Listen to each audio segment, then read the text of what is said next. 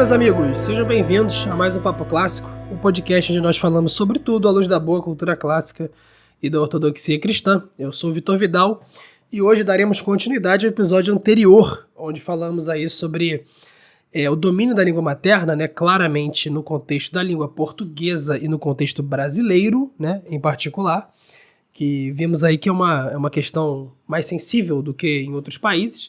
Se você não assistiu, não ouviu o episódio anterior, recomendo muito que você ouça, para que você consiga captar aqui a continuidade da coisa. No episódio anterior, a gente fez um episódio de diagnóstico de problemas, o que a gente tem vivido no que tange aí ao declínio da língua portuguesa, ao decaimento de diversas formas de expressão do português, o esquecimento de autores e por aí vai, né? A gente mostrou ali que o empobrecimento da linguagem, ela levou ao empobrecimento cultural e intelectual no nosso país. Mas o episódio não poderia ficar assim, porque, ou melhor, o conteúdo não poderia ficar assim, porque eu acho que cabe a gente falar como seria um possível caminho de restauração, ou ao menos, né, não sei se a restauração é possível, como eu deixei claro no episódio anterior, mas o que seria ao menos uma boa compensada, ou talvez uma freada nesse processo de degeneração intelectual na língua, né? Na linguagem. Então, hoje aqui a gente vai passar por isso, falando sobre quais são as práticas que podem levar os mestres, os intelectuais e pessoas que têm interesse pela vida de estudos e pela língua portuguesa, etc., ou pessoas que têm profissões intelectuais, de certa maneira, acadêmicos, como que a gente pode contribuir para que a próxima geração para que ela quebre esse círculo vicioso, tá? Então, esse ciclo vicioso ele tem uma continuidade, é difícil sair, né, dele. Então, vamos falar aqui hoje sobre como que funcionaria esse tipo de retomada, quais as atitudes que a gente pode fazer desde os nossos hábitos diários, né, até coisas maiores. E vamos falar muito sobre os autores, né, como que deve ser a nossa convivência com a literatura nacional. Vamos falar de vários autores aqui, é um episódio que eu pretendo dar muitas indicações de livros da literatura brasileira e da literatura portuguesa, e falar um pouco sobre a cultura do nosso país, que apesar de ter muitos problemas, ela é riquíssima e vastíssima. É verdade que às vezes não é comparável com outros países, por diversos motivos, mas ela alcança sim certas alturas, muitas vezes esquecidas por nós. Perfeito? Então, vamos falar sobre isso hoje, e espero que esse episódio seja uma infusão aí de referências, uma difusão, na verdade, de referências, de boas referências bibliográficas, de bons livros, e que a gente fique animado para trilhar esse caminho de restauração. Vamos lá? O tema bom esse aqui, hein, cara? Muito bom. Eu tô desde o episódio anterior muito animado para falar desse tema. Uma conversa que eu já tive com diversas pessoas sobre isso aqui, né? E já muito depoimento também de professor, enfim, muitas coisas aqui, né, para falar. Esse tema o que está pacificado aqui, para quem já ouviu o episódio anterior e já ouviu o episódio 2, né, que é sobre literatura. Nesse ponto aqui, essa altura do campeonato, a gente já está sabendo que um dos motivos pelos quais nós estamos culturalmente estéreis, né, que não surgem mais escritores de alto nível, poetas grandiosos, né, não tem um Camões aqui no Brasil, um Bocage, um Machado de Assis, né? Enfim, até cronistas, né? Acabou tudo, né? Cadê? O que aconteceu? Um dos motivos para isso é o declínio da língua, né? A degeneração da língua. Então, para quem ouviu o episódio anterior, sabe bem a diferença do processo natural de mudança de um idioma, de uma língua. Palavras vão sendo substituídas, pronúncias vão sendo mudadas, prosódia e tudo mais. A diferença disso para uma degeneração, o empobrecimento linguístico, né? Então isso está claro pra gente aqui, né? E nesse quesito, o Brasil, ele, como nós também já vimos, né? O Brasil, ele é o maior exemplo negativo, né? Provavelmente, é o maior exemplo negativo do mundo hoje. Acho que nenhuma língua, não dá para falar nenhuma, mas nenhuma das principais, ao menos, bota 10 aí, né? As 10 mais faladas do mundo, nenhuma dessas 10 sofreu o processo de degeneração que o português do Brasil sofreu, tá? A gente falou sobre isso também no episódio anterior. E assim, o que acontece? Como é que a gente faz o caminho de volta, tá? Perceba, ou melhor, primeiramente, eu não proponho aqui, não é minha ideia propor nenhuma fórmula de restauração cultural, isso daí é coisa de ideólogo, tá? Então não é a nossa proposta aqui. A minha proposta é realmente tentar botar um tijolinho, né, no que eu acho que é interessante, no que concerne aí a nossa relação com a cultura, com a literatura nacional, e com o incentivo literário da literatura lusófona, né, como um todo.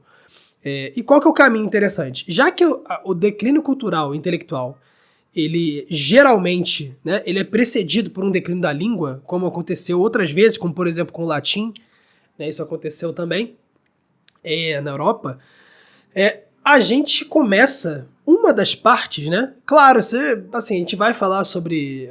A gente sempre fala aqui de ler a filosofia, ler os diálogos platônicos, Aristóteles, os filósofos medievais, cara, tudo, tá? Isso aqui é mais um tijolo. Só que eu acho que esse tijolo aqui é muito importante, especialmente no caso do Brasil, que é começar restaurando o idioma, tá? E aí a gente viu no episódio anterior que restaurar o idioma não quer dizer que você vai falando vós e tu conjugando na rua aí, né, para pedir um pão na padaria, não é isso, tá? É simplesmente o surgimento de uma classe letrada, né? É necessário que haja uma classe letrada, intelectual, que tenha o domínio da língua, que maneje o português na sua perfeição, para que isso ocorra em efeito cascata na sociedade, tá certo? É só dessa maneira que o Brasil vai voltar. Se existe uma solução, tá? Ela vai passar pela literatura, pela restauração da língua, tá? Que passa pela literatura, tá certo? Eu não sei se é possível restaurar a cultura do Brasil, eu não sei, tá? Eu acho que isso daí é coisa meio longe demais, é utópico, é coisa de ideólogo, como eu disse anteriormente. Mas se houver uma restauração, necessariamente ela vai passar pela restauração da boa gramática, da gramática de alto nível, gramática arte liberal, tá? Não gramática do Celso Cunha, do Napoleão Mendes de Almeida, do Bechara, também, tá? As gramáticas normativas são importantíssimas, né? Principalmente, fica a recomendação aqui, pela terceira vez, eu acho, da gramática do professor Carlos Noguet, tá? Suma Gramatical, que é a melhor gramática que temos. Necessariamente, se houver essa restauração, ela vai passar pela gramática, arte liberal, né? Pelo bom uso da língua, o uso correto, né? E isso necessariamente, esse processo estará lastreado na literatura, tá? Na literatura. Então, na poesia, na prosa, nas crônicas, sempre foi assim, não tem como ser diferente, tá bom? Tem um pensador, que ele é desconhecido, mas ele falou uma frase que o pessoal repete muito, mas que ela é verdadeira, tá? Ela, em sentido amplo, em sentido lato, ela é verdadeira. É o Hugo von Hofmannsthal, né? Que ele diz assim: nada está na política, eu acho que ele é alemão, nada está na política de um país que não esteja primeiro na sua literatura, tá? Então hoje, primeiro, hoje o pessoal acha que isso assim, essas coisas são coisas desconectadas, né? E muito se preocupa, eu acho que, e é justo que se tenha preocupações e movimentos nesse sentido político, né? Porque é muito importante, né? O poder temporal e a política elas ditam, muitas vezes são vetores de aprimoramento em massa, né, de um país. Então é importante a política. Só que o que acontece? Os grandes movimentos e as grandes guinadas, tá? Culturais, tá bom? Elas sempre estão, assim, acompanhadas de uma boa literatura, são precedidas por uma boa literatura. E não é só literatura, ficção, não ficção, prosa, poesia, é literatura como um todo, né? Então, teses de mestrado, livros, né?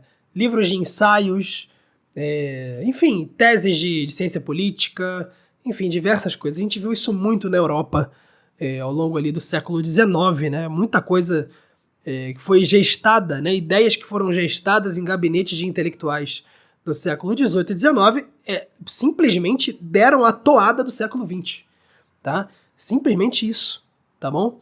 Então, intelectuais ali da Revolução Francesa, enfim, eu não vou entrar aqui nos detalhes, né, porque são vários, serão utilizados para embasar, às vezes, ideias de ditaduras no século XX, tá? Essa é a coisa mais frequente do mundo, tá bom? Então, naturalmente, a retomada da língua e do bom uso da língua, a língua culta, a língua correta, o uso perfeito da língua, naturalmente isso vai ter um efeito positivo na cultura como um todo, inclusive na política, na moral do povo, até por ampliar o acesso à língua, melhorar a comunicação e assim por diante. Tá? Então, esse processo, né, isso passa pela necessidade de se haver uma classe. Veja, não uma classe engomadinha, que somos a classe letrada. Não. É um conjunto de pessoas que estão em diversas áreas, área jurídica, área acadêmica, professores de escola, intelectuais, pessoas que seguem uma vida de estudo por conta própria, gramáticos e assim por diante, né? Essas pessoas em conjunto usarem a língua no seu mais alto nível, perfeito? Tem um exemplo muito interessante do professor Napoleão Mendes de Almeida, professor Napoleão que é uma lenda, né? É realmente uma lenda. A gramática do professor Napoleão, eu não acho que ela é muito boa, mas ela não é tão boa como as outras que eu citei aqui. Ela, inclusive a do Carlos Noguet, do professor Carlos Noguet, é bem melhor. Porque o Napoleão, ele tinha umas coisas, né, tipo, ele às vezes transformava o gosto dele, a preferência pessoal, em regra, né, e isso é meio problemático, né, mas de resto é muito interessante. A gramática latina do professor Napoleão é uma obra-prima da didática, tá? Você que está querendo aprender latim, recomendo muito, eu não consigo recomendar outra, talvez só do padre João Ravizza, né, Ravizza, não sei como é que se pronuncia, também é muito boa. Mas do professor Napoleão é uma obra-prima da didática. Qualquer pessoa aprende latim com a gramática do professor Napoleão Mendes de Almeida, tá bom? Fica a recomendação. O professor Napoleão, ele tinha uma história que ele tinha, eu acho que era um servente de pedreiro fazendo uma obra na casa dele, ou era algum parente de alguém que trabalhava na casa dele, que pediu uma liberação do serviço para ir procurar vaga de trabalho. E aí ele era essa pessoa, né, que foi procurar trabalho, isso nos anos 60, eu acho, 50, não lembro. Acho que é mais pra cá, acho que é nos 70, 80. Essa pessoa era analfabeta, ela não tinha nenhum acesso à educação, nunca tinha frequentado a escola. E aí essa pessoa foi procurar trabalho, e ela voltou, e depois de umas horas, o professor Napoleão perguntou, e aí, fulano? Acho que era João, não sei o quê. João Henrique, né? Acho que não sei.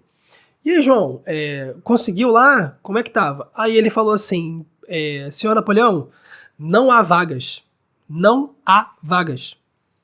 E aí o professor Napoleão, ele usa isso aqui, esse episódio da vida dele, para explicar. A pessoa analfabeta, ela falou correto, ela manteve o verbo haver inflexível, com plural de vagas, né? Porque teve alguém que falou para ela dessa maneira. Alguém usou o verbo correto, né? Então, e tem um motivo para isso, que eu não vou entrar aqui, né? Não é uma regra, porque é regra. Não, tá? A gente tem um exemplo máximo aqui no Brasil, e já dando uma palhinha de cultura brasileira aqui, do Cartola. O Cartola é o compositor de samba. Não é samba enredo, que é essa baixaria horrível hoje, não. É samba de verdade, né? O gênero musical muito bom, inclusive. O samba antigo, do início do século XX, primeira metade do século XX, né? Que tinha letras, assim, estupendas, letras precisas, né? Claro que sempre caiu um pouco no melodrama, mas tinha letras muito interessantes. O Cartola é um baita exemplo, porque ele era analfabeto, ou semi-analfabeto, e ele usava a língua perfeitamente para compor as músicas dele, né? E aí tem ele, assim, de uma precisão, o professor Carlos Noguet até fala sobre isso, o que eu vou estar replicando aqui, que tem um trecho da música do Cartola, que é o Mundo é um Moinho, né, que é uma música muito conhecida, que bem no final ele fala o seguinte: presta atenção, querida. O imperativo já tá certo, né? Isso aqui, várias pessoas já errariam, né? Mas presta atenção, querida. De cada amor tu herdarás só o cinismo. Quando notares, estás à beira do abismo. Abismo que cavaste com teus pés. Analfabeto. Ou semi-analfabeto. Como é que ele compôs isso aqui? O Cartola não escrevia. Ele não escrevia. Como é que isso é possível, cara? Entendeu? Ou seja, porque na época tinham pessoas que não se envergonhavam de falar o português correto. Entendeu? Então Cartola os tinha por referência. Então compôs essas músicas, essas letras extremamente precisas, sendo semi-analfabeto. E eu te pergunto, você acha que era relevante para um cara como Cartola ser semi-analfabeto? Praticamente não, porque havia uma classe de pessoas que usava a língua correta e ele copiou essas pessoas. Então, portanto, ele meio que foi alfabetizado de tabela e usou a língua com essa maestria. Perfeito? Então, ele usou, inclusive, uma sutileza muito grande, uma figura de linguagem que é a enáloge, né? Que ele fala assim, quando notares estás à beira do abismo, né? Que ele usa o futuro do subjuntivo e cai no presente indicativo, né? Essa troca verbal, né? Para dar uma sensação de iminência. Enáloge, né? Como é que ele sabia isso? Ouvia, né?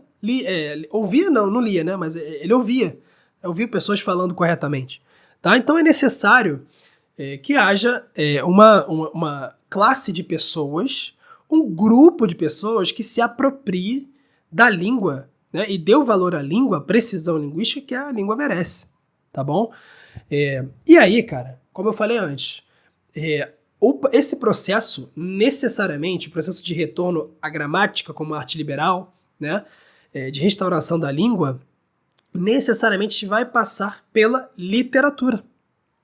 Não é possível fazer isso de maneira diferente. E aí, tem vários motivos que a gente falou no episódio anterior, né? Você conhecer as variedades de forma de expressão da tua língua, da tua cultura, né? Então, se você lê um romance, uma poesia, você vai conhecer até os trejeitos, né? A forma de falar, às vezes, não com gíria, não com um monte de termos próprios, né? Singulares, como faz o Guimarães Rosa, que eu acho ruim, apesar de ser bastante endeusado, né? Eu acho que é bem problemático isso. Mas, as maneiras de pensar de cada região do país, as formas de expressão do português brasileiro, a amplitude absurda e a profundidade de vocabulário que tem na língua portuguesa, né? Então, necessariamente você vai ter que passar por isso, né? Para restaurar a língua, para o uso preciso da língua.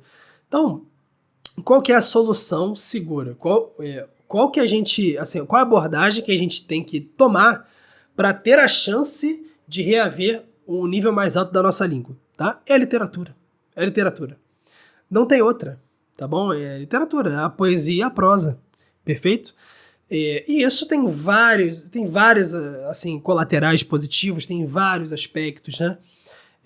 Não é só pela linguagem, né? É importante, como eu falei no início do podcast, é muito importante a gente saber que a cultura brasileira, ela tem vários problemas, tá? E dos problemas nós já estamos fartos de ouvir e são quase que autoevidentes todos, né?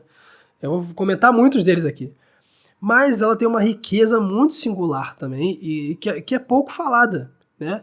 É uma riqueza abafada e sufocada pela imoralidade atual, a imoralidade que assolou o Brasil, a onda de imoralidade e ideologias que assolou o Brasil ali dos anos 50, 60 para frente, né? A confusão que tomou conta do país, né? Em termos de ideias e, enfim. Então, o que você ganha mais, né, com a literatura brasileira, né? A gente vai falar de vários autores aqui, literatura brasileira e portuguesa, prosadores, poetas, cronistas, né, sermonistas, como é o caso do Padre Antônio Vieira, que é o maior de todos. Mas tem várias outras coisas, além da própria língua, do próprio domínio da língua. O domínio da língua ele te dá capacidade de conhecer melhor o espírito no sentido filosófico, aqui no sentido da alma, né, do coração, do intelecto, da pessoa que compôs aquele poema. Então, quanto mais você trava contato com romances, que expressam personagens em situações e circunstâncias variadas e singulares, né, você consegue fazer o caminho de ida e de volta, né? Não é uma mera empatia. Você consegue fazer uma correspondência melhor entre os signos e as formas de expressão que você está lendo e as realidades, né? As emoções, os dilemas, as ideias dos personagens e, por conseguinte, dos próprios escritores. Perfeito? Então, você ganha um conhecimento do espírito do brasileiro, né? Das manias, dos vícios, das virtudes do brasileiro, que é a cultura onde você está. Porque o que tem acontecido hoje? Eu acho que, assim, pelo menos eu tenho percebido isso. Muita gente que desperta, né, vamos dizer assim, pros estudos, fala assim, caramba, eu não tive uma educação razoável a vida inteira. Na escola, ninguém me deu um Machado de Assis, um Lima Barreto, um Gonçalves Dias para eu ler, e passou. Eu tenho aqui, eu tô uma idade avançada já tenho minha profissão, minha família, e o que eu faço, né? Vou ter que ir atrás dos clássicos. Aí a pessoa, ela pula a própria cultura, né? Ela quer saltar da circunstância dela direto pro âmbito universal da poesia, da prosa e assim por diante, da filosofia, sem fazer uma espécie de reconhecimento e assim, ambientação e aprofundamento na própria cultura, na própria literatura, na própria língua. Entendeu? Então, isso é meio problemático, tá? Diferente de outros temas, por exemplo, sei lá, grego clássico, ou, sei lá, metafísica, ou, enfim, coisas diversas, tá? Diferente de outros temas, essa área, no caso, você que está me escutando, você que é brasileiro, que fala a língua portuguesa como língua materna, se você deseja viver uma vida de estudos, ou você almeja ser um mestre bom, ou você almeja passar uma boa educação para seus filhos, no nível alto de literatura, né, com boas referências, se você é um professor, e aí por diante, tá? Diferente de outros temas, essa área da literatura brasileira, né, a literatura e a poesia, prosa, etc., da tua língua materna, ela não deve ser jogada de lado. Então, você não precisa, no caso do grego clássico, por exemplo, buscar esgotar essa área, né? Pô, cara, para ser um professor muito bom, ou para ser um acadêmico muito bom, não necessariamente eu tenho que saber grego clássico fluente, eu tenho que saber ler a Ilíada, a Odisseia, ler Eurípides no original. Não. Talvez uma noção de grego seja... acho que uma noção de grego é importante para qualquer uma dessas classes de pessoas que eu falei aqui. Mas, diferente desses temas mais específicos, a literatura de onde a gente nasce, ela é obrigatória. Ela é mandatória, tá? Então, aí você pergunta, mas por quê? Porque é onde você está. Então, quanto mais você se ambienta, eu dei uma palhinha disso no episódio 2, né? Mas quanto mais você se ambienta na própria literatura, na própria poesia, mais você se reconhece como parte dessa cultura e mais você conhece a própria cultura, de maneira que você consegue transpor essas histórias, os símbolos da tua própria cultura para outras culturas e vice-versa, tá? Então, é como se você se elevasse até o nível desses escritores e pudesse transitar entre o que essas histórias dizem, né, tanto estrangeiras como portuguesas e brasileiras, entendeu? Então, a gente tem que fazer, e aqui ficou uma coisa muito importante, tem surgido muitas pessoas com muito interesse em estudos clássicos, né, em literatura clássica, em latim, em teologia, em grego, nos épicos, diversas coisas. Mas uma coisa que eu tenho percebido, que foi um conselho que eu recebi há muitos anos atrás, que me fez muito bem, que era de nunca abandonar o reconhecimento, né, e o estudo da própria cultura, tá? Da própria literatura. Então, frequentar a própria poesia, a própria literatura, deve ser o habitat natural do intelectual. Então, o intelectual é tudo isso que eu falei aqui, professor, mestre, pai, mãe, todo mundo que sabe ler e deseja ler melhor, deseja assim, desenvolver as potências de sua alma, que esteja buscando a autoeducação, essa pessoa deve ter por constante, tá? Assim, o frequentar da poesia do seu país, da prosa, entendeu? Das boas crônicas, inclusive as antigas e as atuais. Atuais não existem muitas, mas entendeu mais ou menos a ideia? Então, não se deve pular a própria cultura no processo de estudos. Assim, uma coisa que é bem relevante falar também é que não é também um pré-requisito. Então, muita gente no Brasil hoje diz que, olha, antes de você estudar qualquer coisa, cara, qualquer coisa, você tem que ler muita literatura do seu país. Isso não é verdade. Tá? Isso não é verdade, não. Então, quer dizer que se eu não ler a obra completa de Manuel Bandeira, eu não posso ler a Apologia de Sócrates? Se eu não zerar toda a prosa brasileira, eu não posso ler a República? Não posso ler a Suma Teológica de São Tomás de Aquino? A Cidade de Deus de Santo Agostinho? Não, não tem a ver.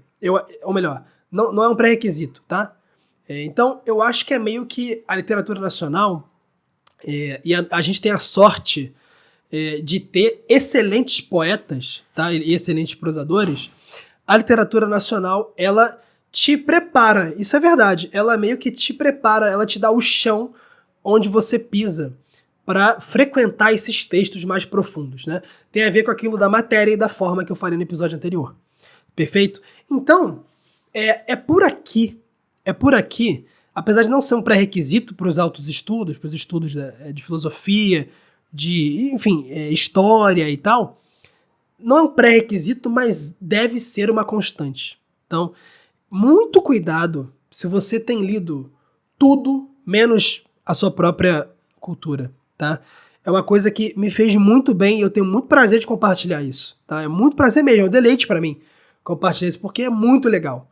É uma coisa que te enriquece, ao mesmo tempo faz você reconhecer melhor o seu próprio país e entender alguns processos históricos de degeneração, de restauração, e por aí vai.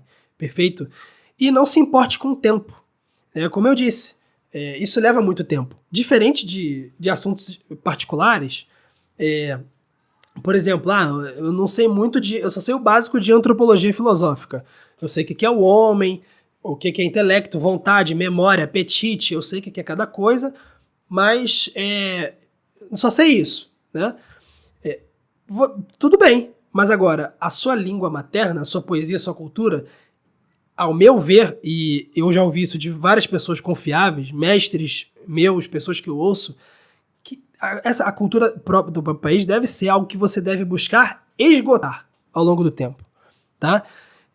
Deve sim esgotar. Então, você não precisa ler tudo que se escreveu em latim, não precisa ler tudo sobre, sei lá, metafísica, não precisa ler absolutamente tudo sobre ciência política, mas você precisa buscar ler tudo que se escreveu em poesia e prosa de alto nível na sua língua materna, tá bom? Então deve ser meio que uma constante. Se eu puder dar um conselho, eu sou novo, eu não tenho muitos anos de vida de estudos, mas uma coisa que me fez muito bem é sempre manter, ao lado dos meus livros que eu tenho lido, eu geralmente leio 2 ou 3 ao mesmo tempo, simultaneamente. Isso para mim é o equilíbrio normal ali. Tem gente que consegue ler 5 ao mesmo tempo, 6, sem perder e sem confundir, né? Sem se perder e confundir. Mas o meu limite ali é 2 ou 3 no máximo, né? Atualmente tenho lido 3. Mas se eu puder dar um conselho, mantenha sempre como uma leitura secundária, uma leitura de cabeceira de cama, uma leitura que você vai fazendo ali no trem, no ônibus, no intervalo do trabalho, no almoço, nas férias, literatura brasileira, poesia portuguesa e prosa portuguesa também. Tá? Então, não pule a cultura, não esqueça a própria cultura. Perfeito? Ela é uma espécie de prolegômeno, é uma espécie de introdução na literatura e no mundo da vida intelectual. Ela é muito importante. Tá bom? Dito isso, o que a gente pode falar sobre a literatura brasileira e portuguesa? E aqui, cara, olha só, o episódio vai virar aqui uma sequência de indicações e sugestões, recomendações e impressões que eu tive sobre autores. Então, se você quer, às vezes, montar uma lista com indicações e coisas do tipo, pega um papel e uma caneta, alguma coisa assim, porque eu vou falar aqui, tentar falar um pouco devagar, né? Para dar tempo, até para fixar também, né, os nomes dos autores, as obras, que a gente possa construir uma espécie de cânone, né, de grupo de autores de alto nível, para que a gente possa frequentar a obra dele, as obras deles, né? Então, isso eu acho muito importante. As pessoas costumam dizer que, olha, não se prenda muito à hierarquia, né, de falar que fulano é melhor que fulano, porque cada um é cada um. Isso é relativismo, de certa maneira. Porque existe uma hierarquia claríssima de qualidade, de precisão linguística, de formas de expressão, de transposição de experiência humana na língua. Existe uma hierarquia, né? Como nós vimos lá no episódio 2 do nosso podcast, os épicos, por exemplo, né, estão acima da hierarquia. O que se produziu de mais alto, mais elevado, sublime, no que tange a palavra escrita, são os épicos. Perfeito? São os épicos. Claro, tirando aqui a Sagrada Escritura, que é revelação divina, não tem nada a ver, tá? Isso é coisa divina. Falando de literatura produzida pelo espírito humano, os épicos são lá em cima. E da mesma maneira acontece com os autores. Existem sim autores melhores que outros, mas que a gente não deve se prender a isso. Veja por si mesmo, tá? Então, por exemplo, vou falar aqui que, olha, no Brasil, sei lá, os melhores poetas são Manuel Bandeira, Jorge de Lima, Gonçalves Dias, isso aqui, Gregório de Matos. Os outros não vou ler? Não, cara, vai ler, entendeu?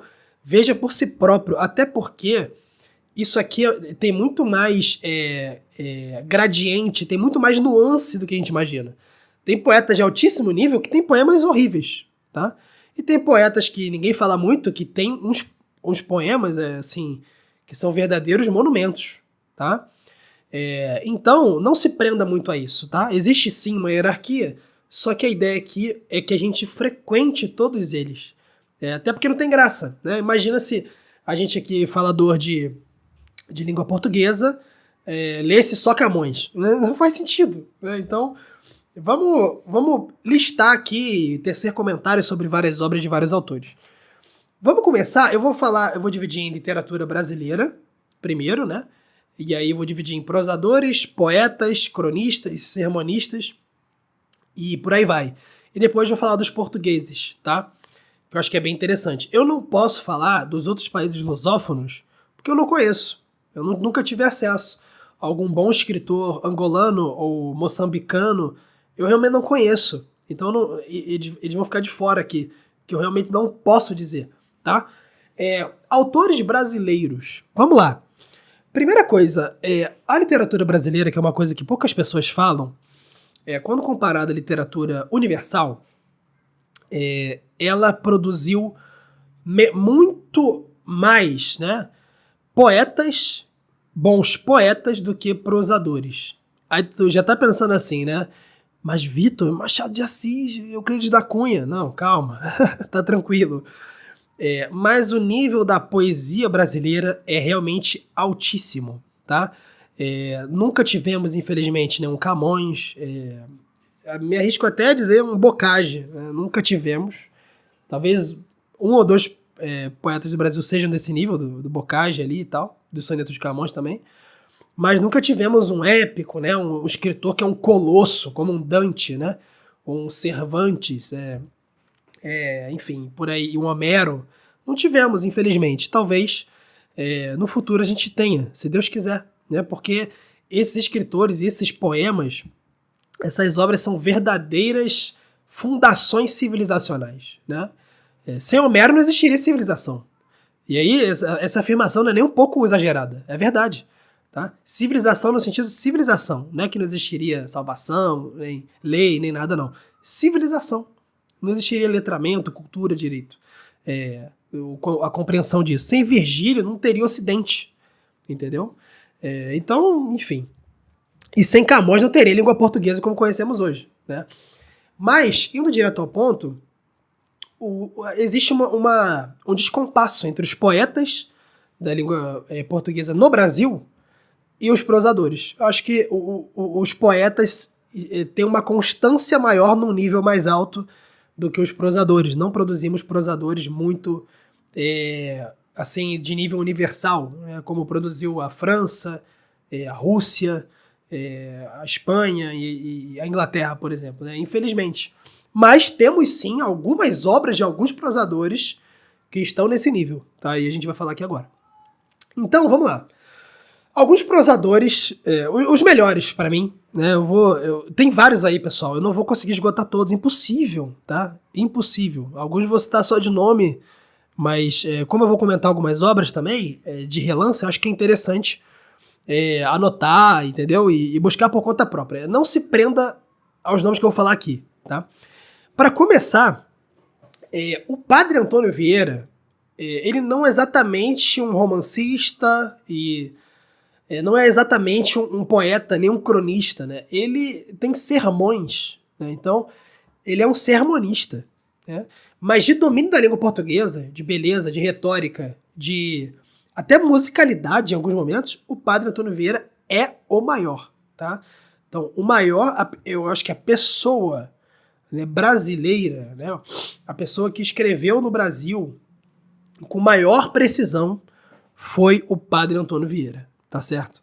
Então, comprem as obras do Padre Antônio Vieira, sermões selecionados, comprem a obra completa dele, se puderem, quem tiver poder aquisitivo para isso. Acho que tem na Amazon, né, por 2.000 e não sei quantos reais aí. Se você tiver dinheiro, cara, compra isso, que isso aí é ouro, tá? Ouro puro. Então, Padre Antônio Vieira, espetacular, tá? Mas vamos deixar ele de lado, fora dos prosadores e fora dos poetas, mas ele é o maior, tá bom? É o maior. Tudo dele é bom, tudo do Padre Antônio Vieira é bem escrito, preciso, conciso, sem enrolação, e belíssimo, belíssimo de ouvir, de ler e por aí vai, tá? E com um tom religioso, né, que dá um peso maior, um tom de sentido, o pano de fundo é sempre um pano de fundo espiritual, um pano de fundo divino, enfim, de diversos aspectos, né? Então, é uma escrita e são sermões realmente de patamar altíssimo, tá? Mas, vamos aos prosadores. Então, para começar, né, os prosadores do Brasil, eles têm diversas características e até por causa da época, né? Mas, vou começar por um prosador aqui que é bem conhecido, que eu acho que você que está querendo... Por exemplo, ô Vitor, eu queria começar na literatura brasileira, eu nunca li muito, eu li Dom Casmurro pro Enem e nunca mais li nada, tá? Não tem problema, tá? Então vamos ter paciência, isso aí leva muito tempo, eu também tô nesse processo, muita gente ainda tá, mas é muito importante. Um autor que eu acho bem interessante de se começar é o Lima Barreto, tá? Então, as principais obras do Lima Barreto ele viveu ali na época da Velha República, da República Velha, né? Virada do século XIX pro XX, final do século XIX, né? É um autor que teve uma vida um pouco desgraçada no final, né? Caiu no vício, foi muito rejeitado, não teve muito reconhecimento em vida, mas que é um verdadeiro gênio, né? Lima Barreto deveria ser muito mais valorizado aqui no Brasil, e ele retrata como ninguém, juntamente com Machado de Assis, né? Como ninguém, igual Machado de Assis, não faz sentido, né? Mas vocês entenderam. Ele retrata muito bem esse período da virada do século XIX para o XX. A cultura do fingimento, né? Da sede por poder da classe média carioca, dos preconceitos que tinham com algumas classes da sociedade, né? E aqui não é teoria crítica da raça, não tô sendo identitário aqui, tô falando de coisas pontuais, né? Por exemplo, no Triste Fim de Policarpo Quaresma, que eu acho que é a principal obra de Lima Barreto, Triste Fim de Policarpo Quaresma, recomendo muito, né? Que conta a história ali do Major Quaresma, que é um idealista, né? Que é do Exército Brasileiro e ele tem várias aspirações e é um intelectual, né? Ele está sempre frequentando, lendo bons jornais, frequentando os círculos intelectuais e por aí vai. Se passa ali na República Velha, né, na presidência de Floriano Peixoto. Tem diversas críticas ali. A crítica, por exemplo, preconceito da sociedade com quem tocava violão, né, com quem falava de certa maneira no Rio de Janeiro e tal. Então, Lima Barreto ele vai retratar, esse período é muito importante porque esse período é meio que a gênese de várias coisas que nós vemos hoje, né, no espírito do brasileiro, né? O fingimento, a sede por status, né? O parecer como tendo um primado sobre o ser, né? A situação dos azares da vida, né? Dos reveses e como as pessoas desanimam, mas depois voltam, o ânimo volátil do brasileiro e por aí vai, né? A corrupção, a imoralidade, né? A ambiguidade dos caráteres, assim, do caráter do brasileiro é uma coisa presente na obra de Lima Barreto. Livros de Lima Barreto que eu recomendo: Triste Fim de Policarpo Quaresma, Recordações do Escrivão Isaías Caminha, que é a história de um escrivão que quer ter um sucesso como escritor, como jornalista e se vê impedido por vários motivos, né? Desde preconceito racial até, realmente batalha contra, né? Exclusão, ostracismo e assim por diante. Numa e a Ninfa, também é excelente. Mais o quê? Enfim, mas essas três já são boas para começar. Eu não queria flodar muito, encher muito aqui de livro, mas esses três são muito bons, tá? Recomendo bastante. Triste Fim de Policarpo Quaresma, Numa e a Ninfa e Recordações do Escrivão Isaías Caminha. Tem um outro muito bom, de Lima Barreto, que eu lembrei agora. Vida e Morte de M.J. Gonzaga de Sá. Esse é muito bom, tá? E é curtinho, rapidinho. Você lê isso aí em uma semana, tá? Menos de uma semana. Outro autor, que é o nosso autor mais conhecido, que é Machado de Assis. Machado de Assis é realmente um monumento da literatura brasileira, é um excelente prosador. Ele consegue... por que ele é melhor que Lima Barreto? Né? Porque Machado de Assis ele consegue abordar, captar todo o sentido que Lima Barreto consegue captar dos tipos humanos, né, do Brasil, em particular do Rio de Janeiro e São Paulo, mais do Rio de Janeiro. Mas Machado de Assis consegue aportar a isso uma ironia e um humor finíssimo, né? É de um traquejo, cara. O cara é um gênio, realmente, né? É muito impressionante, cara. Isso está muito presente na obra de Machado de Assis. A questão do contraditório, do humor, né? Daquele humor ácido e da ambiguidade dos personagens. E ele aborda mais, né, a questão do farsante, do fingidor, né? E assim por diante. Mas Machado de Assis ele consegue incorporar isso, que muito provavelmente ele pegou da literatura inglesa, né? Essa ironia fina, né? Essa ironia embutida, implícita nos discursos e tal, é muito característica da literatura inglesa, né? É muito característica de Charles Dickens e outros prosadores da língua inglesa, né? Ele consegue pegar isso, né?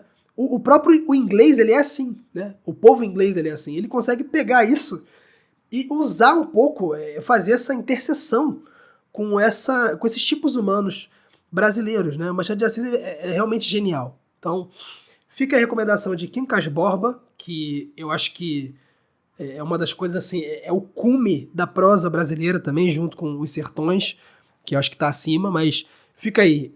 Quincas Borba, de Machado de Assis, o Dom Casmurro, que é muito conhecido. Cara, tem vários, né? Aí, Memórias Póstumas de Brás Cubas, que também é sensacional. É um primor, né? Helena, Esaú e Jacó. Machado de Assis tem muitas crônicas legais também, né? A Missa do Gado, que é muito conhecida. Então, leiam esses livros. Assim, eu indiquei 4 livros aqui do Lima Barreto, né? É porque eu não anotei os livros, cara. Eu tô confiando na minha cabeça aqui. Enfim, eu devo ter esquecido algum importante. Eu vou esquecer, com certeza. Mas, Machado de Assis, esses 4 são bem interessantes. Tá? São 5, né, que eu falei, que é a trilogia. Vamos lá, os 3 mais famosos, né? Dom Casmurro, Memórias Póstumas de Brás Cubas e Quincas Borba, Helena, Esaú e Jacó. Esses 5 já são bem interessantes, tá? E as crônicas também. Tá? São obras magníficas, assim, super leves de ler. É muito fácil de entrar na história, é uma escrita imersiva, né? Assim, Machado de Assis, para mim, não é não se destaca, pelo menos pro meu gosto de leitura, e aqui realmente entra um fator subjetivo, tá? Não é uma subjetividade da beleza nem da qualidade, de jeito nenhum. É objetivamente bom Machado de Assis. Só que, pro meu gosto, assim, eu não consigo, abraçar tudo que ele escreveu e tal. Tipo, eu acho que esses livros mais famosos são realmente muito bons, mas ele como um todo, às vezes as digressões são muito longas, né? Dá uma alongada em algumas coisas que não soa tão bem pra mim, assim, pro estilo que eu gosto, não é tão interessante. É parecido um pouco com o problema. É muito bizarro falar problema desses caras, né? Mas existem, né? Inclusive, vários críticos literários vão falar disso. Mas é parecido com o problema de Dostoiévski também, que às vezes se alonga muito sem necessidade em algumas coisas. Mas, cara, isso aí é o de menos, né? Isso é o de menos, é besteira. Mas fica aí a recomendação dos livros de Machado de Assis, que eu acho que é o nosso maior prosador, considerando o tamanho da sua obra e a qualidade, né? Mas tem um que tem uma peculiaridade, que é uma escrita facílima, parece estar conversando, né?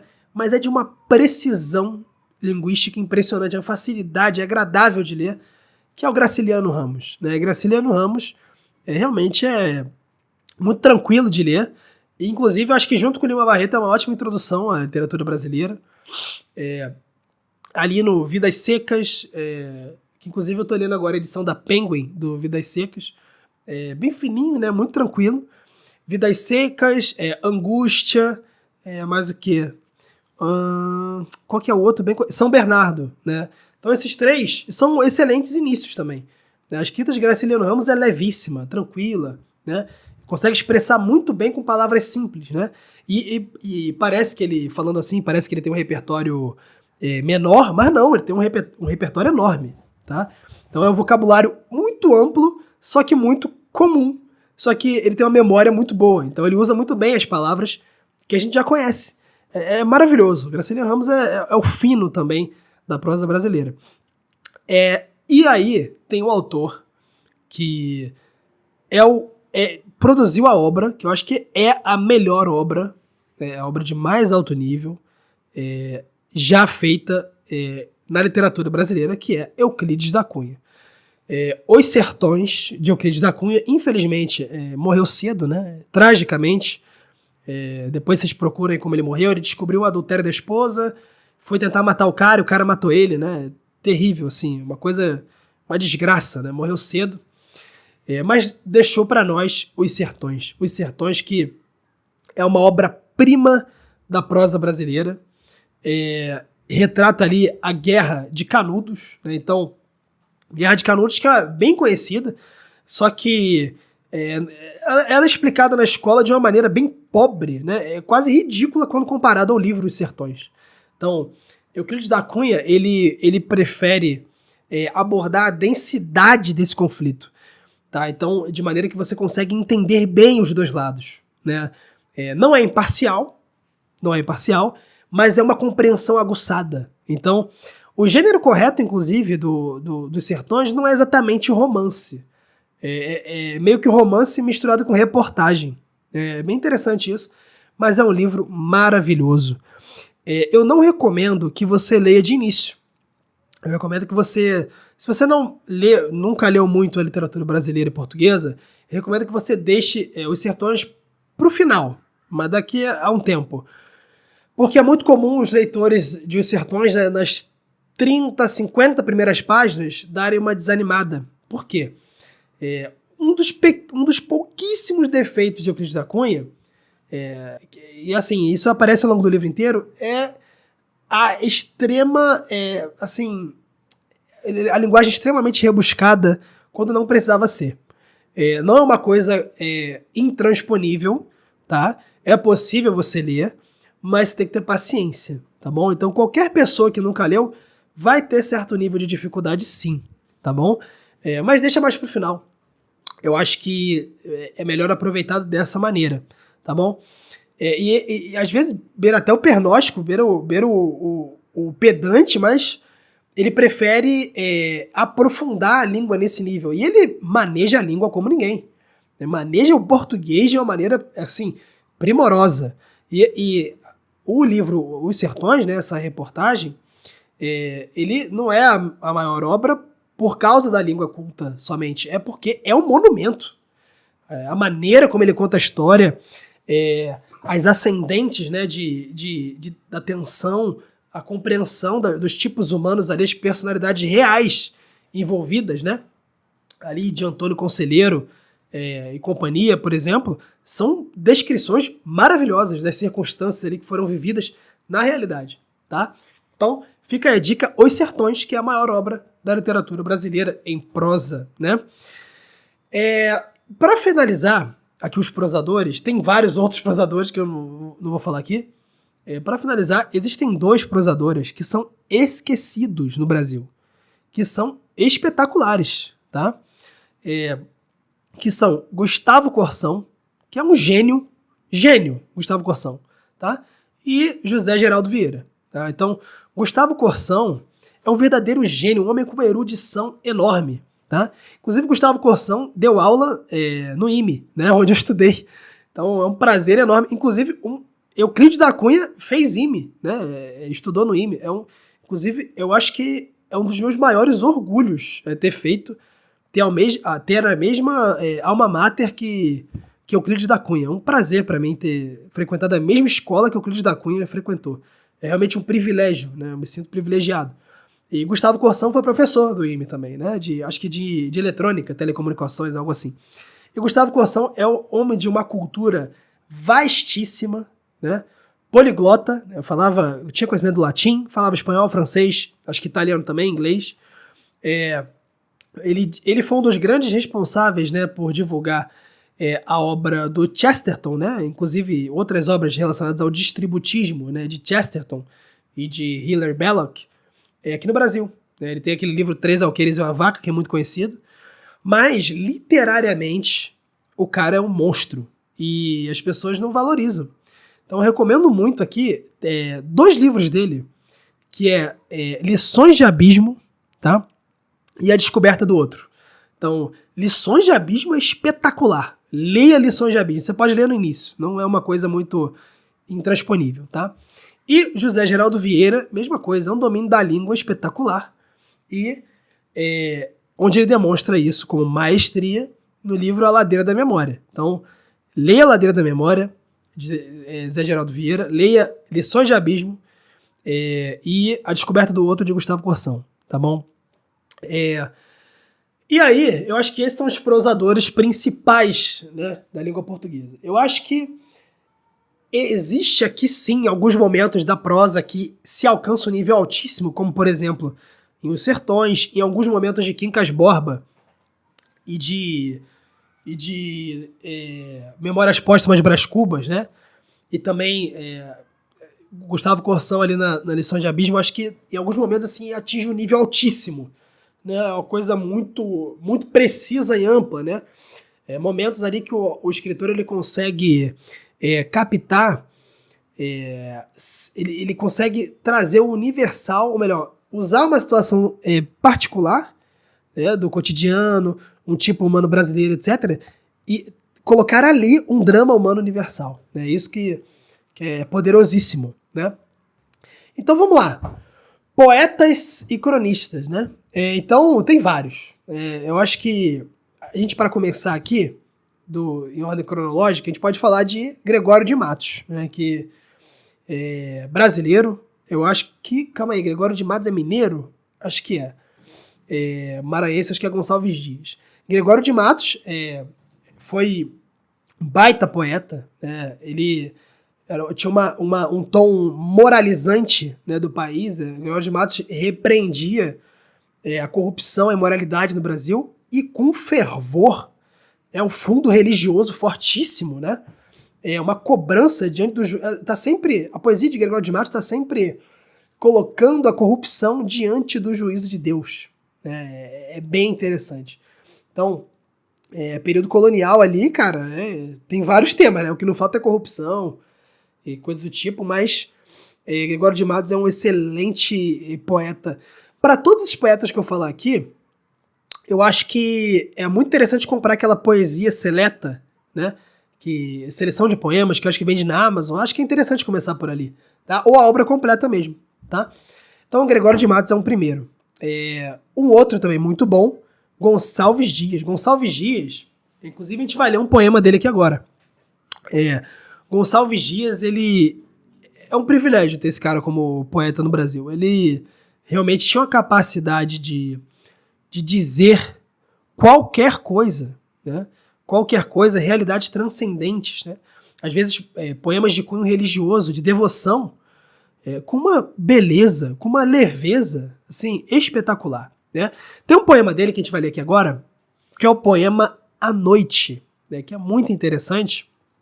É um poema que tem, deixa eu ver aqui, ó, 1, 2, 3, 4, 5, 6, 7, 8, tem acho que 8 estrofes, que a gente vai ler aqui agora, e você vai ver a beleza da escrita de Gonçalves Dias, tá? Eu recomendo muito que vocês leiam a poesia completa de Gonçalves Dias, vocês não vão se arrepender. É um autor realmente espetacular, é um autor fantástico, belíssimas poesias, belíssimo português, e, cara, não tem como você, assim, a gente conseguir restaurar o domínio da língua, passar uma boa cultura literária do Brasil, de língua portuguesa, né, de Portugal e tal, sem passar por Gonçalves Dias, não tem como, né? E esse poema aqui é muito simbólico, né? É um dos meus preferidos dele. Eu acho que é um dos mais famosos também, né? Diz assim, o nome do poema é A Noite, tá bom? Diz assim: eu amo a noite solitária e muda, quando no vasto céu, fitando os olhos, além do escuro que lhe tinge a face, alcanço deslumbrado milhões de sóis a divagar no espaço, como em salas de esplêndido banquete, 1000 tochas aromáticas ardendo entre nuvens de incenso. Eu amo a noite taciturna e queda, amo a doce mudez que ela derrama e a fresca aragem pelas densas folhas do bosque murmurando.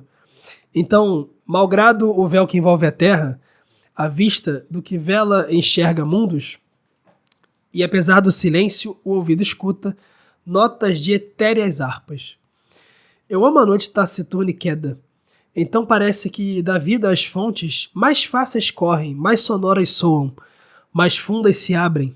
Então parece que mais pura a brisa corre, que então mais funda e leve a fonte mana, e que os sons então mais doce e triste da música se espargem.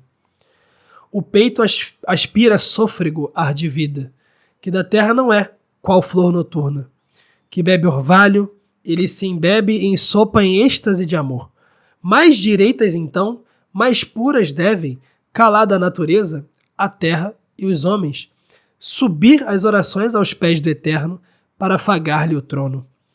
Assim é que no templo majestoso reboa pela neve o som mais alto, quando o sacro instrumento quebra a augusta mudez do santuário.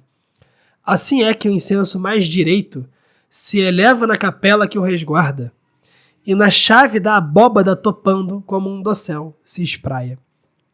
Eu amo a noite solitária e muda, como formosa dona em régios passos, trajando ao mesmo tempo luto e galas majestosa e sentida. Se no dó atentais de que se enluta, certo sentis pesar de haver tão triste. Se o rosto lhe fitais, sentis deleite de haver tão bela e grave. Considerai, porém, o nobre aspecto e o porte e o garbo senhorio e altivo, e as falas poucas e o olhar sobrano, e a fronte levantada, no silêncio que a veste adorna e honra, conhecendo por fim que ela é grande, com voz humilde a saudarei rainha, curvado e respeitoso. Eu amo a noite solitária e muda, quando, bem como em salas de banquete, 1000 tochas aromáticas ardendo, giram fúlgidos astros.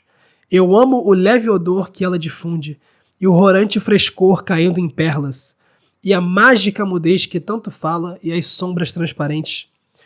Ó, quando sobre a terra ela se estende, como em praia arenosa mansa vaga, ou quando, como a flor dentre o seu musgo, a aurora desabrocha, mais forte e pura a voz humana soa, e mais se acorda ao hino harmonioso, que a natureza sem cessar repete, e Deus gostoso escuta.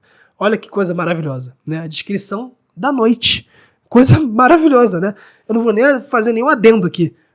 Realmente, leiam esse poema com calma, que às vezes na primeira passada não dá para entender muito algumas coisas, mas é profundíssima, que eu já tinha lido antes. É realmente uma experiência muito interessante você ler várias vezes, né?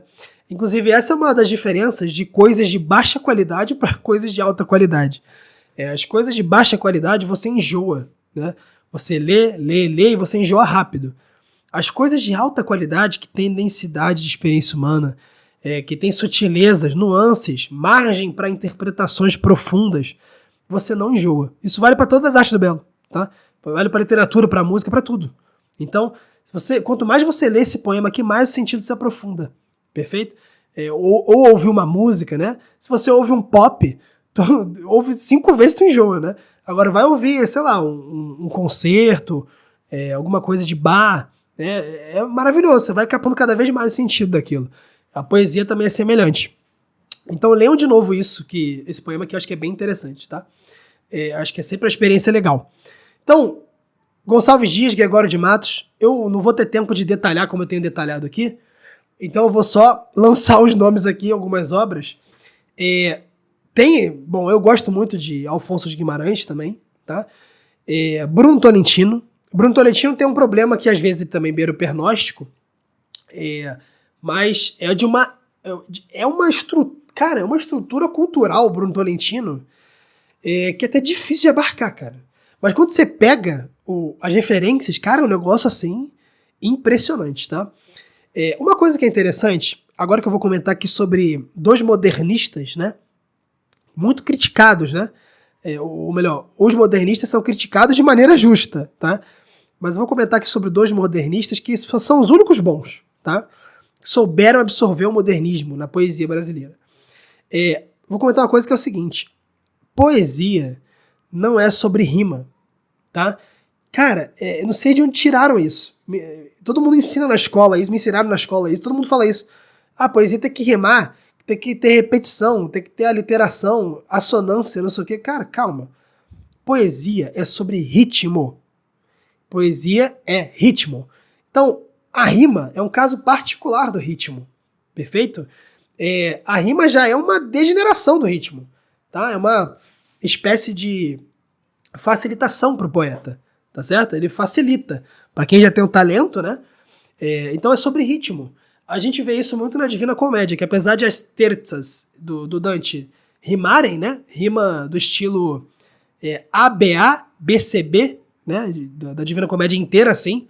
Os 99 cantos, acho que é 90, não lembro agora.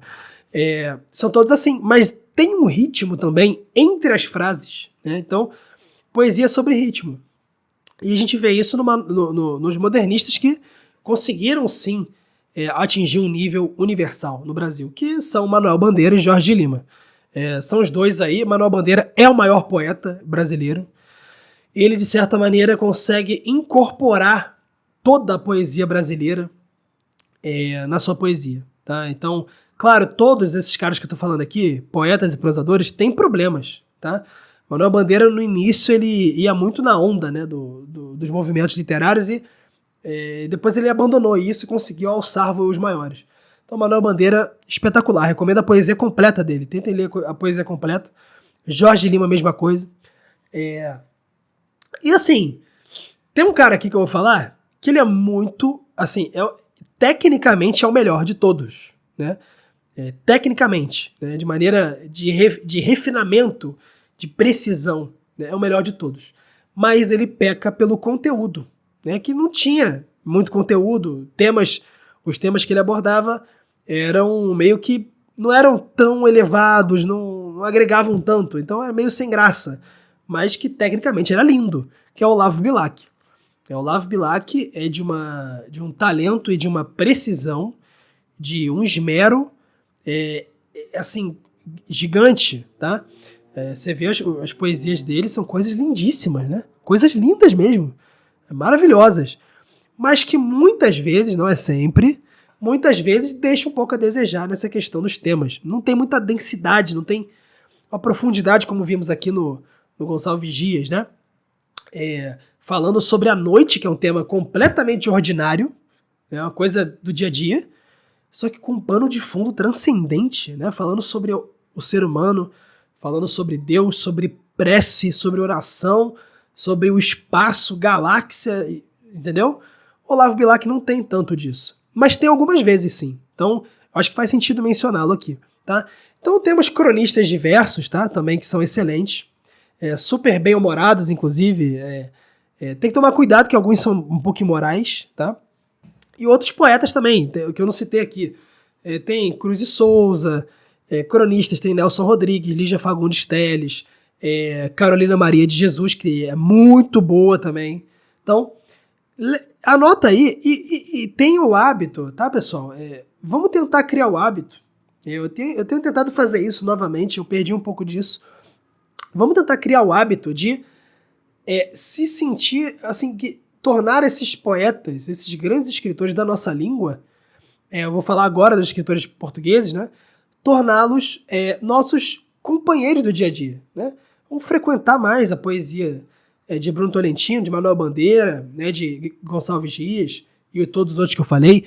Vamos frequentar a prosa de Lima Barreto, de Zé Geraldo Vieira, de Machado de Assis, Gustavo Corsão, né? Os sermões do Padre Antônio Vieira, e por aí vai, né?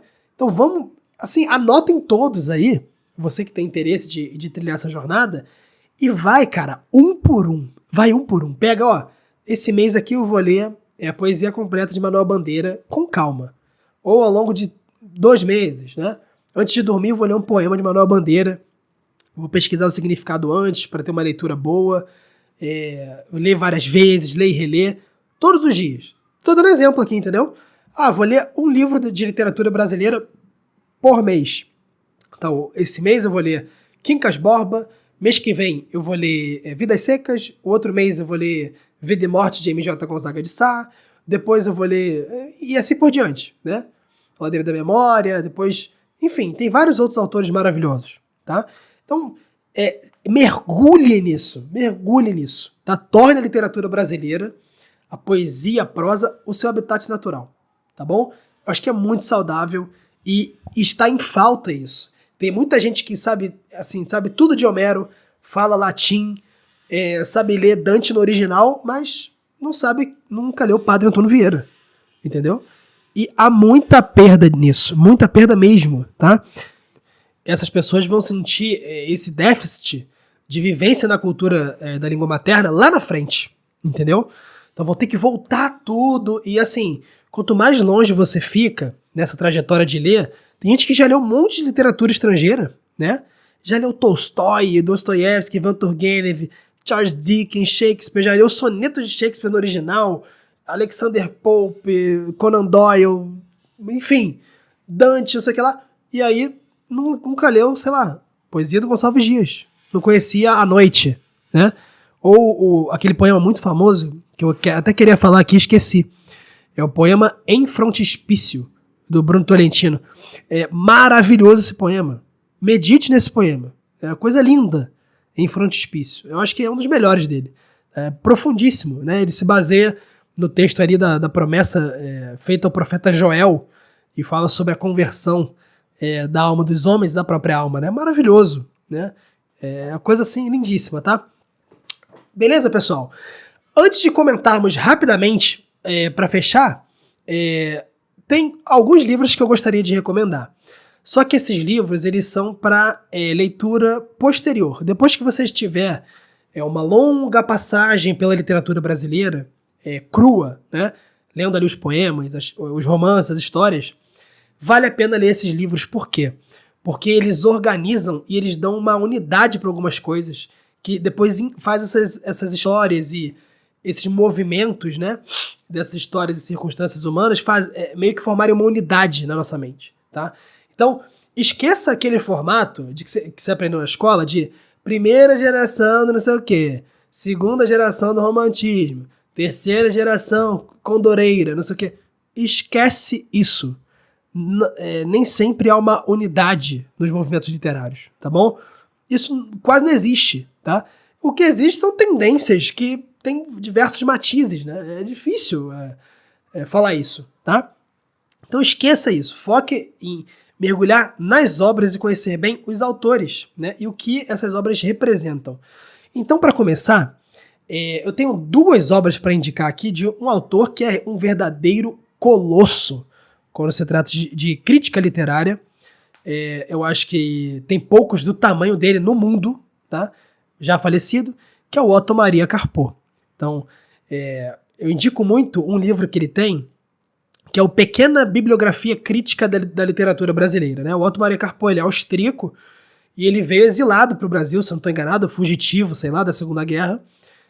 E acho que né? Acho que é isso. E aí ele nem falava português, em um ano o bicho já estava falando português fluente. Era de uma erudição enorme, né? Um amplo conhecedor da literatura universal, das línguas clássicas. E a primeira coisa que ele fez quando chegou no Brasil foi catalogar tudo o que tinha de literatura brasileira de alto nível. E ele acabou formando esse livro, né? Pequena Bibliografia Crítica da Literatura Brasileira. Maravilhoso. O outro livro dele, que acho que é a maior obra da vida dele, que é o História da Literatura Ocidental, que é um verdadeiro monumento literário da crítica literária, né? Que, enfim, ele vai falar desde Homero, desde assim, Eurípides até agora, de vários países, enfim. Então, recomendo efusivamente Otto Maria Carpo. Claro, para depois, tá bom? Talvez seja bom essa pequena bibliografia crítica do Otto Maria Carpo, para você se situar também, para ter uma listinha de livros e tal, beleza? Outro que eu recomendo bastante, mas também é um livro mais avançado e mais para quem já leu bastante poesia brasileira, que é o livro do Manuel Bandeira, Apresentação da Poesia Brasileira, tá bom? Que aqui ele deixa claro o porquê que ele incorporou a poesia brasileira nele mesmo, né? Inclusive, ele incorporou tanto que, assim, diversos poemas de Manuel Bandeira foram decorados por gerações, né? E aí hoje, qual poema que a gente tem decorado de Manuel Bandeira? Não tem, né? Caiu no esquecimento. Então vamos retomar isso. Manuel Bandeira escreve essa obra e ele demonstra nessa obra, né, a apresentação da poesia brasileira, uma erudição, um conhecimento de estilo, assim, grandíssimo, tá? Uma coisa realmente monumental, tá bom? E aí, com relação à história da literatura brasileira, que inclusive o nome do título é esse é o melhor livro, História da Literatura Brasileira, de uma italiana. Olha que engraçado, né? Não é de brasileiro, é da italiana, se escreve Luciana Stegagno, se escreve assim, tá? Luciana Stegagno Picchio, com 2 Cs, tá? Mas se pronuncia claramente Luciana Stegagno Picchio. Então, a Luciana, ou Luciana, como quiserem chamar, a Luciana, ela consegue trazer, assim, um ordenamento, né, da compreensão da literatura brasileira espetacular, tá? Eu acho que é uma coisa que a gente tem que até pensar bem quando for estudar a história. Você vai ver que a abordagem da Luciana aqui não é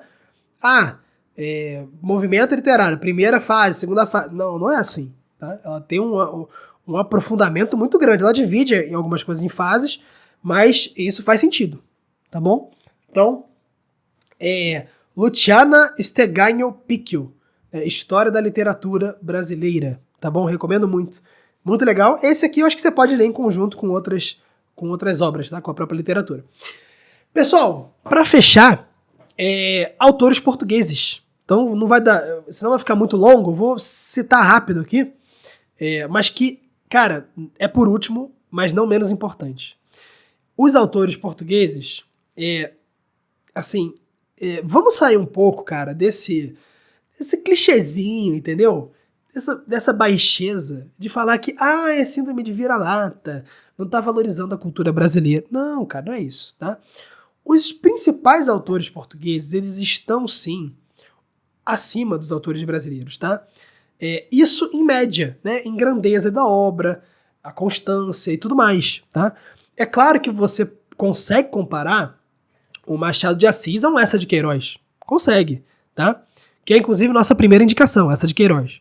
Você consegue comparar os dois, né? Os dois são realistas, expressam realidades de maneira muito precisa, muita universalidade na escrita, precisão, também tem um pouco de ironia, mas essa de Queiroz é muito grande, tá? É muito grande, mas é do patamar de Machado de Assis. Camilo Castelo Branco, também excelente romancista português, muito conhecido pelo seu Romeu e Julieta versão português, né? Mas, claro, né, é diferente. Tá? A estrutura da história é igual, mas é diferente, que é o Amor de Perdição. Maravilhoso, maravilhoso, vale muito a pena. A escrita é um pouco difícil também, até porque é o português do século XIX, mas é espetacular. Tá? Então, Camilo Castelo Branco está sim no hall dos maiores prosadores da língua portuguesa. Tá? Outro também muito bom, Gil Vicente. Né? Gil Vicente, famoso, né, pela farsa de Inês Pereira, Alto da Barca do Inferno e assim por diante. Gil Vicente sempre vai ter esse tom um pouco, assim, um tom de devoção, um tom sempre de atenção diante da vulgaridade e da imoralidade e da baixeza dos povos, da sociedade portuguesa, né, dos pecados da sociedade portuguesa, vai sempre colocá-los meio que à luz do cristianismo, à luz de Deus, né, do juízo final, que é um tema muito constante, à luz do perigo do inferno, do perigo da perdição. É uma literatura que, às vezes, a escrita de Gil Vicente, as obras são edificantes. Recomendo profundamente, tá bom?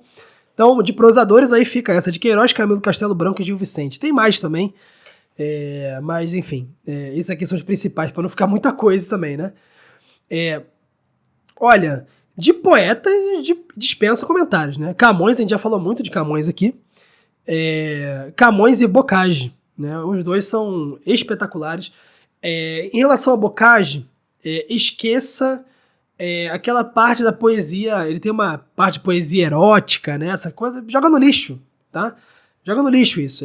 O próprio Bocage se arrependeu disso aí no final da vida, inclusive tem um soneto dele, acho que é soneto, que eu já não sou mais Bocage, algo assim, não sou mais Bocage, Bocage já não sou, que é lindíssimo, né? Que fica claro ali essa consciência dele diante da eternidade, diante dos feitos, né?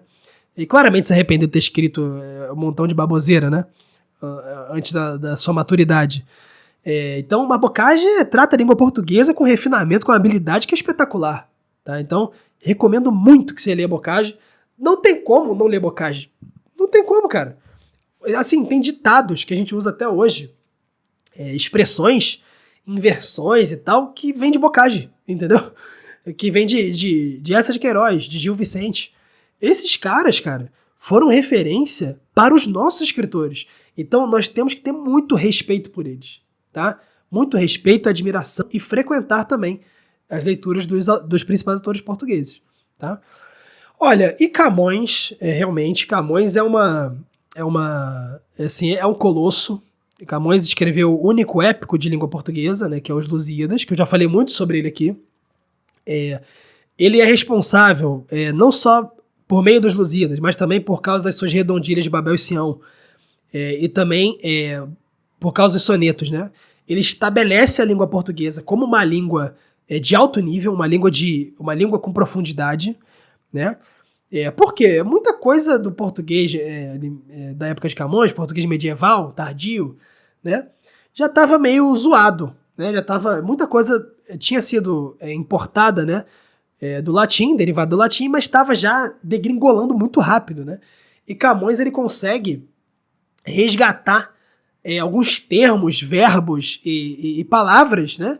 Expressões em português, mas que remetiam ao latim. Então ele dá uma elevada na língua. Então, por exemplo, eu acho que pátria, a palavra pátria, Camões resgata, né, da palavra latina, a palavra eternos, que a palavra eterno, ele também traz para o português, pegando do eternos, do latim, a palavra... Enfim, tem algumas, tá? Tem várias. E Camões é responsável por dar os contornos do português culto. Então é um gigante, tá? Sim do tamanho dos grandes escritores épicos. Tá? É sim, Camões é um gigante. Tá? Um dos maiores escritores de todos os tempos. E claro, né, provoca uma espécie de infusão brutal de mitologia por meio dos Lusíadas, né? Então, recomendo muito que leiam os Lusíadas. Também é um poema épico, né, que eu recomendo que vocês leiam um pouco depois. Eu acho que se aproveita melhor. Eu cometi esse erro, né? Uma das vezes que eu li os Lusíadas, eu li muito cedo. Então, custou muito para eu ler. Eu aproveitei, porque, né, os Lusíadas é uma coisa maravilhosa. Aquela edição da... Ih, rapaz, como é que é o nome? É Nova Fronteira ou Alta? Acho que é Nova Fronteira. Que é uma edição pequenininha, que parece um livro de navegante. Maravilhosa, assim. Notas explicativas perfeitas. Recomendo muito que vocês leiam nessa edição. Mas um pouco depois, né? Leiam primeiro os prosadores portugueses, depois o Bocage e depois Camões. Eu acho que é mais interessante. Leiam os sonetos de Camões primeiro, as redondilhas de Babel e Sião, e depois vão para os Lusíadas. Eu acho que, querendo ou não, um escritor, ele repete um pouco o vocabulário, apesar de ser um vocabulário gigante. Então vocês vão se habituando ali aos poucos. Então, é isso. Eu acho que a gente conseguiu aqui bater muita coisa, né, da literatura brasileira e portuguesa. E a minha ideia, pessoal, já estamos avançados aqui no tempo, mas eu acho que é necessário, né, não teria como fazer uma parte 3 aqui, eu acho que não seria necessário.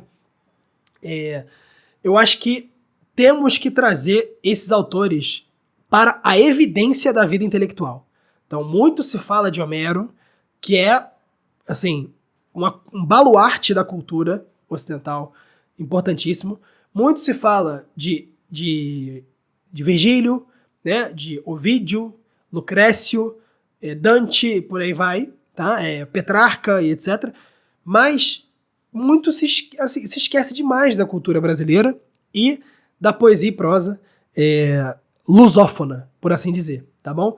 Então, eu acho que deu aqui pra gente tentar, né, foi uma tentativa de formar uma espécie de cânon pra gente começar a explorar a literatura, né, acho que são esses os melhores autores que consegui lembrar aqui e reunir. Tem outros aqui, com certeza fui injusto com alguém, mas recomendo muito que a gente tenha esse ânimo para transformar essas obras e esses autores no nosso habitat natural de leitura, né? Se nós queremos restaurar a língua, se nós queremos dominar a língua materna, se a gente quer restaurar a cultura, não tem como não passar por esses grandes autores, por essas grandes poetisas, poetas, não tem como, tá? Então, é um caminho necessário, é um caminho inevitável. Então, façamos de bom grado, com ordem, com organização. Tá bom, pessoal? Espero que tenha sido muito legal esse podcast, espero que tenham aproveitado as indicações. Qualquer dúvida, estarei à disposição, como sempre. E a gente tentou aqui, né, iniciar botar mais um tijolinho nesse tema no domínio da língua e da restauração da alta literatura e da alta cultura do nosso país. Valeu, meus amigos, Deus abençoe, fiquem com Deus. Valeu!